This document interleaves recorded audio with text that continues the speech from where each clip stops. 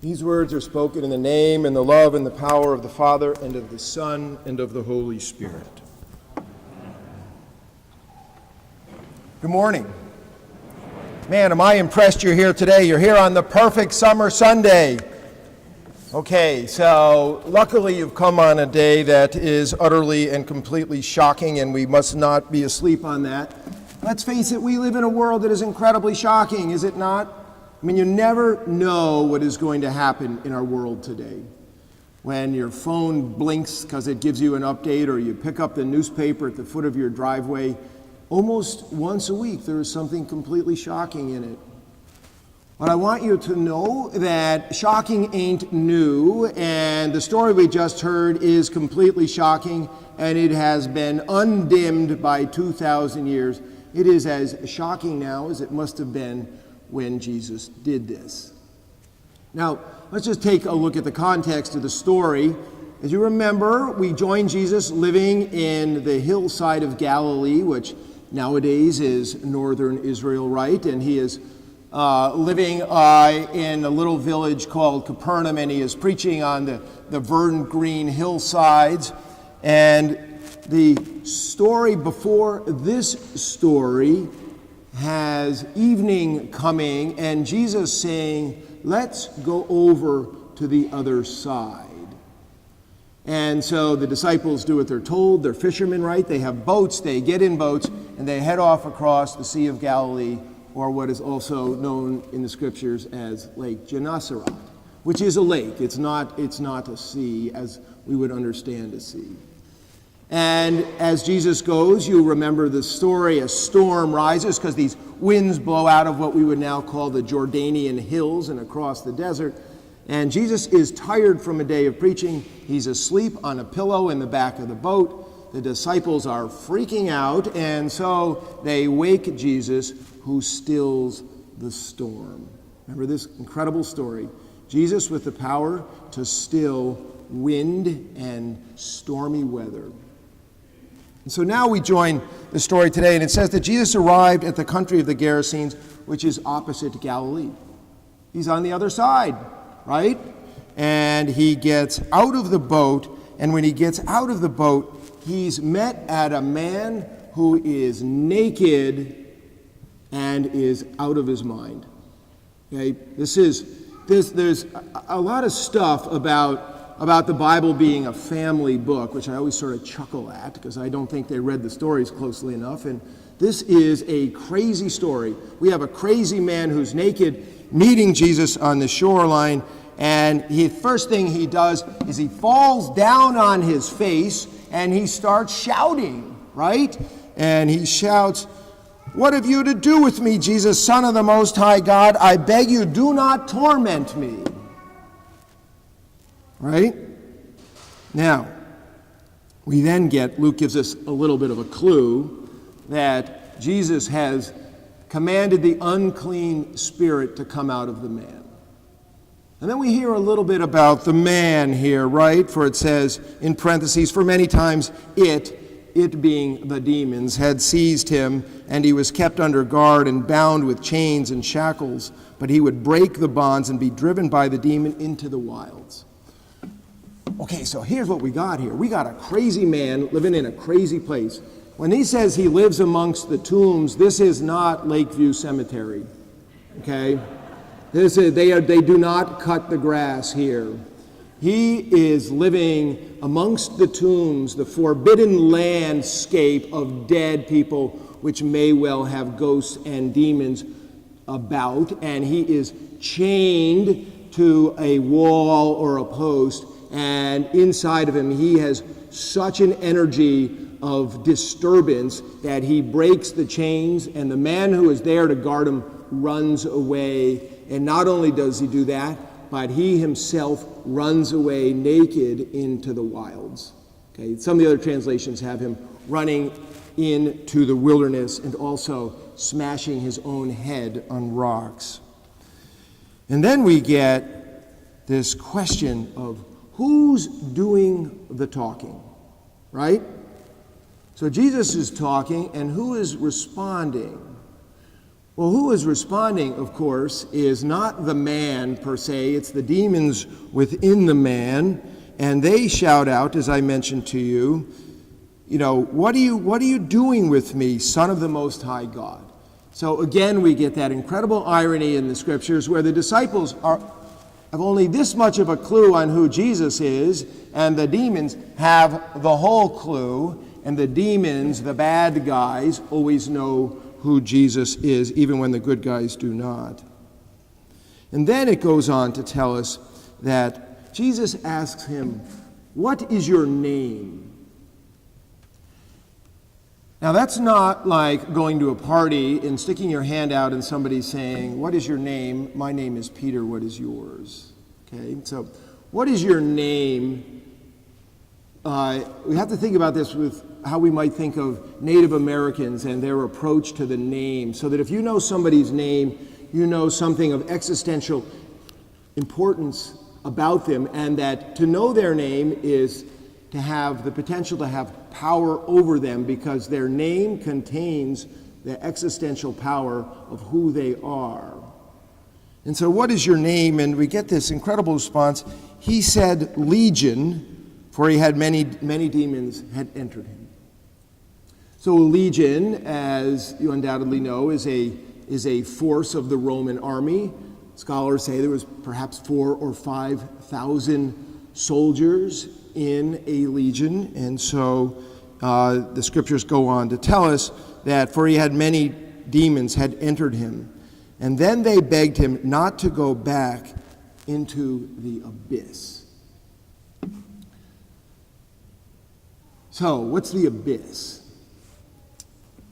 So the Old Testament does not treat a kind of sandwich view of the world as many of us grew up with, a kind of here we on earth and there's a heaven above and a kind of hell below. Not much of that comes to us in theology developed over time, but in the Hebrew Scriptures, there is a place of great, deep chaos, and it is a place of great fear amongst the Hebrew people.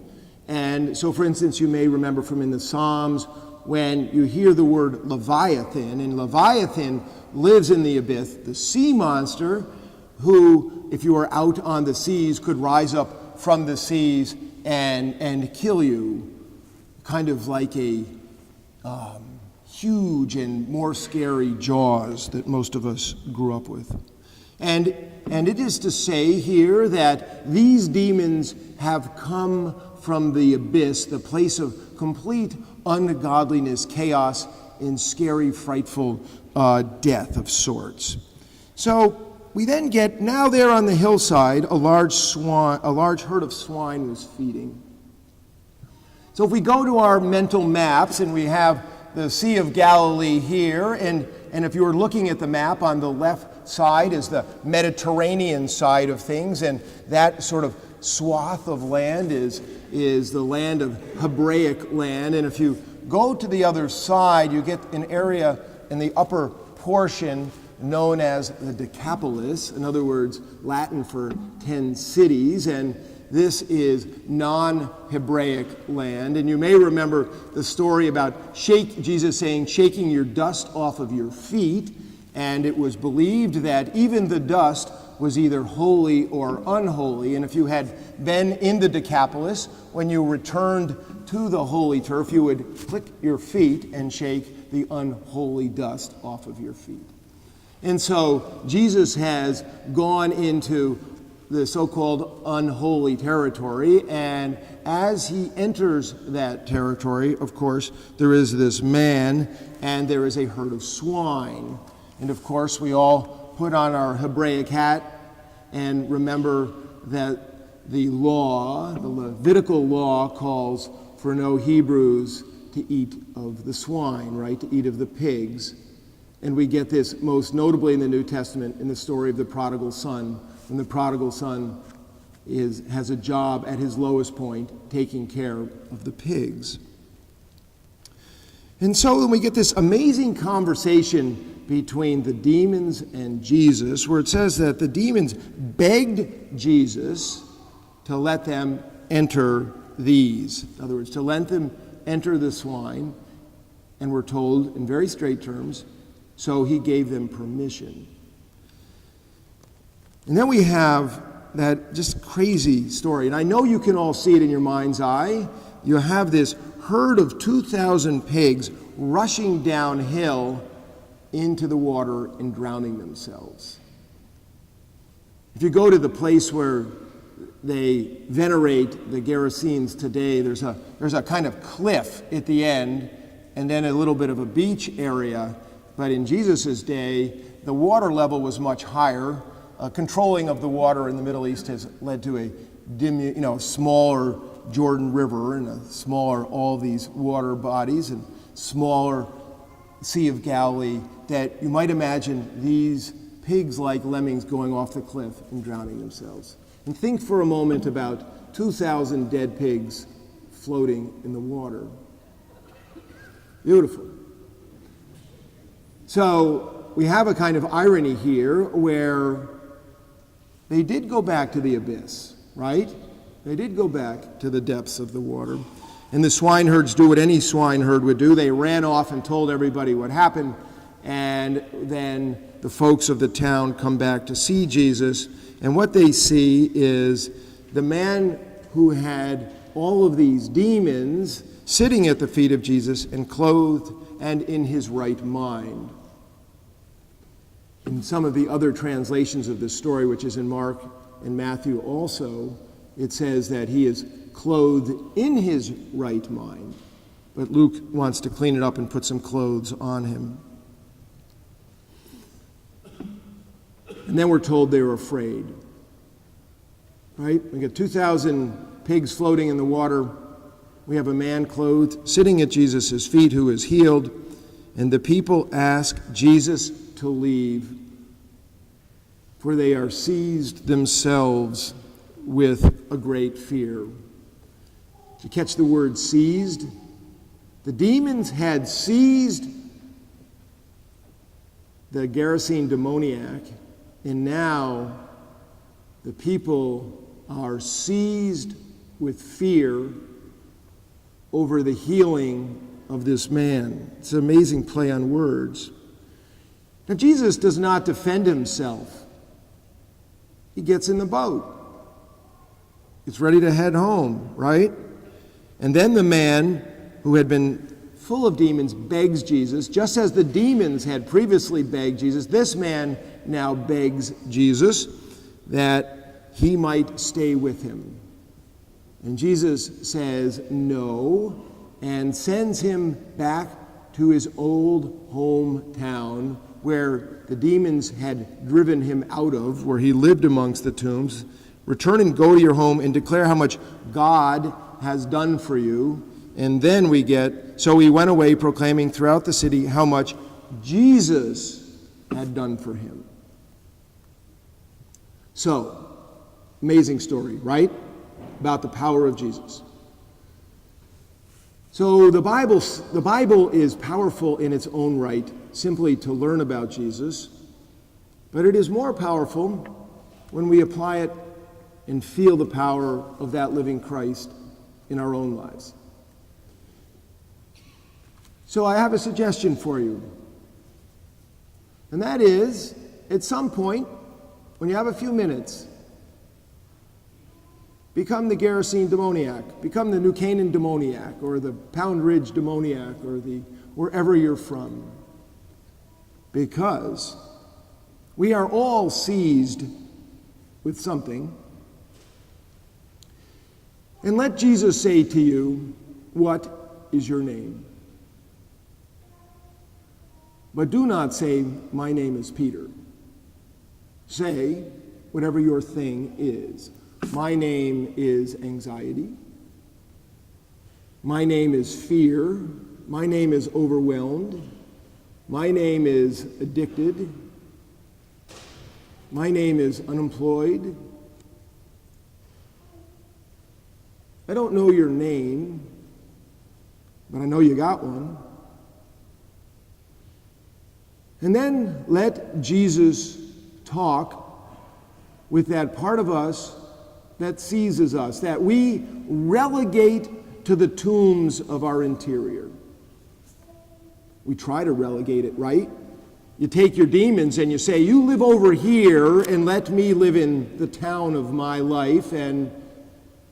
But the demons do not stop. And sometimes what do? They break the shackles, our interior shackles, and whatever we have standing guard, and they make us want to run into the wild because we feel wildly unable to control the demon that seems to have too much control over us. And then maybe if you're praying on your back lawn or wherever you do it, lying in bed, just imagine for a moment your own interior demons going into a herd of swine, running off a cliff, and going into the abyss.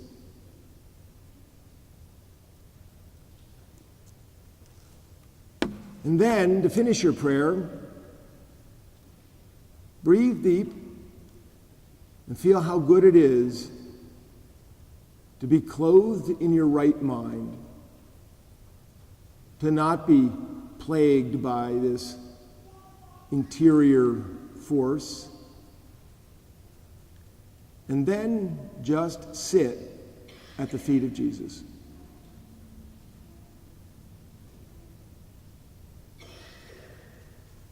And my guess is if you do it long enough, and you do it often enough, you'll be like the guy, the Gerasene demoniac. You'll want to do something for Jesus.